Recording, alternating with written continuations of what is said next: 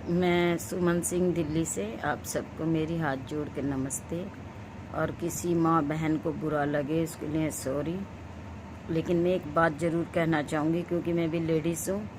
ये जो आजकल वीडियो चल रही है कि मेरी सासू माँ कब मरेगी, ये बहुत गलत बात है बेटा। सास तो आप भी बनोगी, कभी आपकी मम्मी भी होएगी, आपकी बहन भाभी सभी सास बनेंगी और होंगी। ऐसे गलत सास इतनी बुरी नहीं होती है। सास अपना बेटा देती है, तुम्हें घर बसाती है, तुम्हारे को ब्याह के लाती है एक अपने बच्चे की तरह। तुम अपनी सास को अपनी माँ का दर्जा दो, जैसे अपनी माँ की सेवा करती हो, अपनी माँ की डांट सुनती हो। सास को भी इस तरीके से समझो तो सास कैसे बुरा, कौन सास होएगी जो अपने बेटे का घर बर्बाद करेगी। मैंने तो कोई देखी नहीं, मेरा भी एक ही बेटा है और एक बहू है।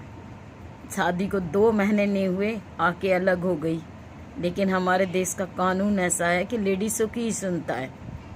2 महीने नहीं हुए हमें कोर्ट कचहरी थाना सब जगह पहुंचा दिया उसने।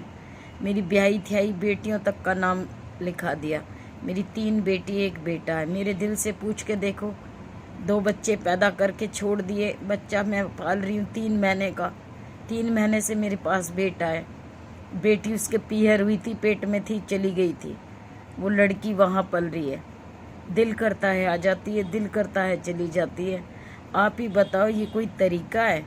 बहू बेटी अगर घर बसाने वाली होएगी तो सास को भी माँ समझेगी। और कोई सास इतनी पागल नहीं जो अपनी बहू को गलत समझे या उसके साथ बुरा व्यवहार करे। और रही बात मेरी, आप मेरे आस पड़ोस में आके पूछ सकते हो कि मैं उसको कितना लगाव करती हूँ और कितना प्यार करती हूँ। और फिर भी मेरे को ना माँ बोलती है ना सास बोलती है। ए सुन, ऐसे बोलती है। तो हर सास बुरी नहीं होती और हर बहू नहीं बुरी होती।